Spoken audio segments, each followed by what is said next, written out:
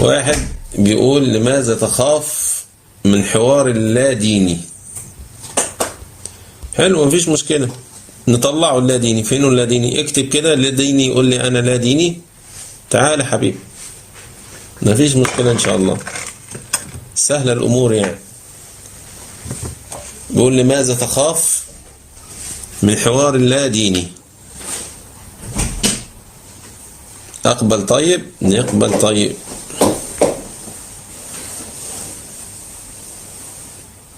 انا بعت له واحد اسمه فارس، اقبل طيب، نقبل طيب، مفيش مشكلة.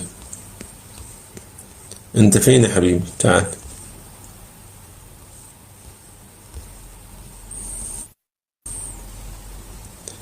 ماشي، نقبل اللاديني ده لاديني مارك، قابلنا اللاديني.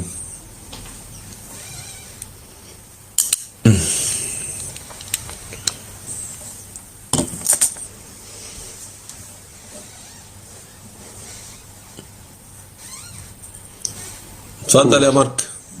مساء الخير. مساء النور. الصوت مسموع؟ الصوت مسموع. انا مش عارف، اول ما طلعت الصوت قال لي ليه مش عارف. لا الصوت مسموع، اتفضل. مفيش مشكله. انا كنت بعد ما بدري، فعشان كده قلت اتخاف من نظره الذين، فما اعرفش هل انت تناظر الجميع ولا لا انا ناظر اي حد، مفيش مشكله. اسلامنا بفضل الله عز وجل قوي، بس انت حاول، بس الصوت بتردد من عندي ليك. اتفضل. ما عشان كده انا سالتك والله، فمش عارف الصوت ايه وضعه، لان انا ما بشاركش اصلا على يعني انت حضرتك لا ديني؟ حضرتك لا ديني، مظبوط. طيب دلوقتي احنا لو اختلفنا مثلا في مساله الاخلاق، من الذي يحدد لنا ان هذا من الاخلاق وهذا ليس من الاخلاق؟ من الذي يحدد لنا؟ انت هتسالني الاول يعني، ولا انا طالع اسالك، ولا نتناقش في حاجه معينه؟ لا مش بسالك يعني، انا دلوقتي اختلفنا في شيء، انا وانت اختلفنا في اي شيء، فانا اعطيتك مثال، انا وانت اختلفنا في اي شيء دلوقتي، فمن الذي يحدد لنا ان هذا هو الصحيح او هذا هو الباطل، او هذا هو الحق او هذا هو الباطل، او هذا هو الخطأ وهذا هو الصواب؟ من الذي يحدد لنا؟ تمام. كمثال مثلا الاخلاق، هذه سؤال قبل ما نخش على الاخلاق، لان ده طبعا موضوع كبير. لا لازم نحط قواعد طب الاول. خلاص، لازم نحط قواعد الاول. ما عنديش ادنى مشكله، ولا ههرب ولا نسعد معكم. اولا فكره الاخلاق، او طبعا الاخوه المسلمين دايما بيتكلموا عن الاخلاق على ان هي حاجه عند الملحدين مش موجوده اصلا، او اللادينيين بشكل عام.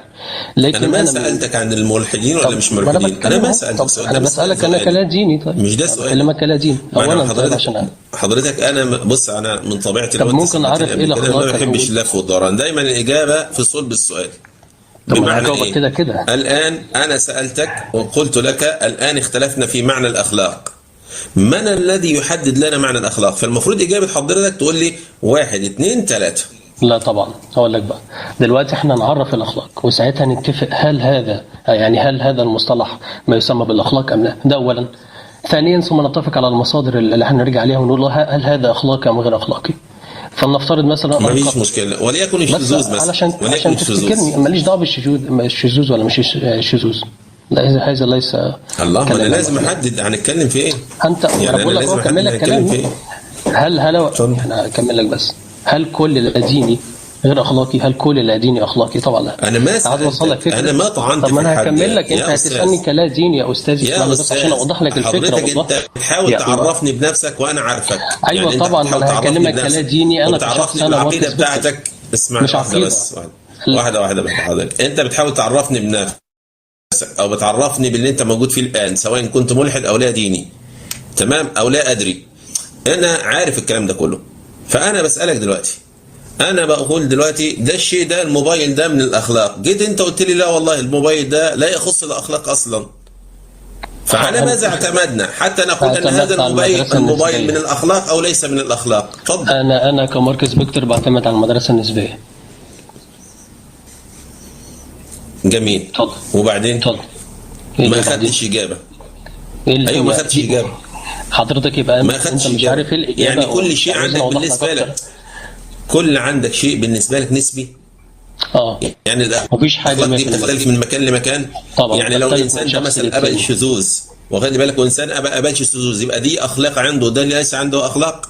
هنتفق ولا الاثنين اخلاق؟ هوضح لك معنى ايه النسبيه او المدرسه النسبيه اللي انا بتبعها. اولا فلنفترض جدلا يا عم انا مش عايزك تشرح لي المساله النسبيه دي ايه، انا عايز بدي امثله. انا قلت لك اهو حضرتك انا بدي امثله، فحضرتك المفروض تشرحها لي. اديني امثله. انا راجل بسيط جدا جدا جدا، فبحب دايما استعمل في البساطه عشان الناس كلها تفهم.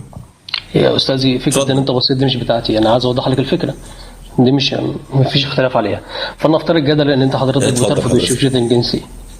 احنا هنا بتكلم على المدرسه النسبيه. حضرتك مثلا بترفض هذا الفعل وتراه غير اخلاقي، غيرك في دوله اخرى ما يراه اخلاقي.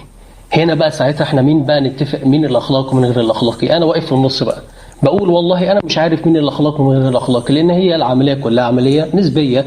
فانا ده بيقول اخلاقي وده بيقول الاخلاقي. انا هنا بقى في النص. دي المدرسه اللي انا بتابعها. واقف في النص. طيب لا اقول هكمل لك طيب بس عشان اخلص 20 ثانيه. لا اقول هذا اخلاقي بالمطلق ولا اقول هذا غير اخلاقي بالمطلق. فاهمني؟ جميل. طيب انت دلوقتي رئيس دوله. حضرتك عايز تقول انت دلوقتي رئيس دوله وعايز تحط قانون. فالان انت حسب مفهومك انت، وخلي بالك، لن تستطيع ان تضع قانون لانك انسان نسبي. لا تستطيع ان تقول ان هذا شيء اخلاقي، ولا تستطيع ان تقول ان هذا شيء ليس اخلاقي. صح؟ ما انا قلت لحضرتك هو انا ليه اصلا كنا فين البوم في الموضوع؟ هذه ليست بوم يا شيخ. ما انا بقول لك اهو، انت دلوقتي رئيس دوله وعايز تحط قانون. معلش عشان ابقى فاهم، انت دلوقتي رئيس دوله وعايز تحط قانون، وخلي بالك فالقانون دلوقتي انت مش هتعرف تحطه لان انت نسبي. لا تستطيع ان تضع قانون لانك اذا رايت انت شيئا انه غير اخلاقي فانت نسبي، فلن تراه غير اخلاقي. غيرك شايفه انه غير اخلاقي فطالبوك بالقانون وانت لا تراه غير اخلاقي، وهم صمموا ان هو غير اخلاقي، فانت لا تستطيع انت. وفي الناحيه الثانيه انسان ثاني يراه ايه؟ اخلاقي. فانت برضو مصمم ان انت ما تحط قانون. ازاي ما تحط قانون؟ لانك نسبي، لا تستطيع ان تقف مع من يقول انه غير اخلاقي ولا تستطيع ان تقف مع من يقول انه اخلاقي، يبقى لن تستطيع ان تضع قانون. حاضر بس عشان نرد على البوم دي، انت افتكرت يعني انت قلت حاجه في البوم، ولكن حقيقه ان هي ليست اي شيء. بص يا شيخنا، فلنفترض جدلا ان انا بقيت اصلا يا رئيس، وده افتراض اصلا انت افترضته من وحي خيالك، فانت بتقول بوم على حاجه انا ما افترضتش معاك فيها. ده اولا. ثانيا المغالطه كان لا انا بتكلم على شيء واقع. انت مش ممكن انت الان تبقى بلاش رئيس. والله انا ما قطعتك انت الان علشان نبان. طب اتفضل. انا ما عنديش مشكله، خليك تتكلم براحتك وبختصر بسرعه. تمام مفيش مشكله. فنفترض جدلا انا بقيت رئيس، انت تقول لي انت ازاي تقدر تقول ده اخلاقي ولا تحط قانون هنا اخلاقي وهنا لا غير اخلاقي؟ لان كل الناس تبقى نسبيه، او انا اصلا شخص نسبي فمش عارف احدد فين الصح وفين الغلط. اتفق معك في ده الكلام، لكن هذا افتراض جدلا انا لا يعني لم اتفق فيه. فلنفترض بقى ان انا خلاص وقعت في السيتويشن ده في الموقف ده، وانا في ساعتها اقدر بقى ايه يعني هقرر انا هحط فين القوانين والكلام ده كله. انا لو افترضت ان انا حطيت القوانين دي، ما انا برضه في كلتا الحالتين مش هعرف احكم. يعني الناس اللي حواليا برضه الناس نسبيه، حتى الحاجات اللي هتيجي فانا مضطر اعمل مغالطه من المغالطات المنطقيه حتى لو احتكم من العدد. يعني فلنفترض ان انا احط قانون معين وجم جميع مثلا 99 من الناس الموجودين قالوا هذا اخلاقي، وفي 1% قال بس غير اخلاقي، انا هعمل ايه؟ مش نعرف نحتكم.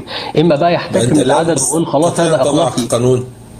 ما انا قلت لك انا فلنفترض ان انا وضعت قانون لا تضع قانون مش هينفع برضه، لان طب هي مش بالعدد. يعني انا برضه معلش ما انا قلت لك انا هقع في مغالطه لا تحكم بالعدد. النسبيه لا تحكم بالعدد. انت سمعتني؟ انت اساسا كده وعندك حضرتك انا لو عندك هو اساسا قانون النسبيه عندك. معلش واحده قانون النسبيه عندك هو اساسا مغالطه منطقيه، لان انت هتتعامل في المسائل الاخلاقيه وغير الاخلاقيه في نفس المبدا الا وهي النسبيه، ودي مخالفه منطقيه اساسا. هنا انك لا تستطيع ان تحدد ما هي الاخلاق وغير الاخلاق الى اخره. هو لا يوجد شيء اصلا مطلق. ما دي الفكره في الموضوع اللي عايز اوضحها لك، ان انا حتى اختياراتي نفسها نسبيه. لا بغض النظر بقى شيء مطلق او مش مطلق، بغض النظر انا اعطيتك مساله. هي المسألة وأنا جاوبتك عليه. هي ما ينفعش أحط قانون مطلق. لا يوجد حاجة اسمها قانون مطلق، لازم يكون فيه يعني يقبل أو لا يقبل. أنت أصلا بتفترض افتراض خاطئ. أنت براحتك، أنت تحط ولا ما تحطش براحتك. أنت دي براحتك أنت، لكن أنا بتكلم على شيء عقلي. غير منطقي. فين العقل في الموضوع؟ انت بتفترض شيء غير عقلي اصلا وبتقول لي جاوب عليه بعقلي.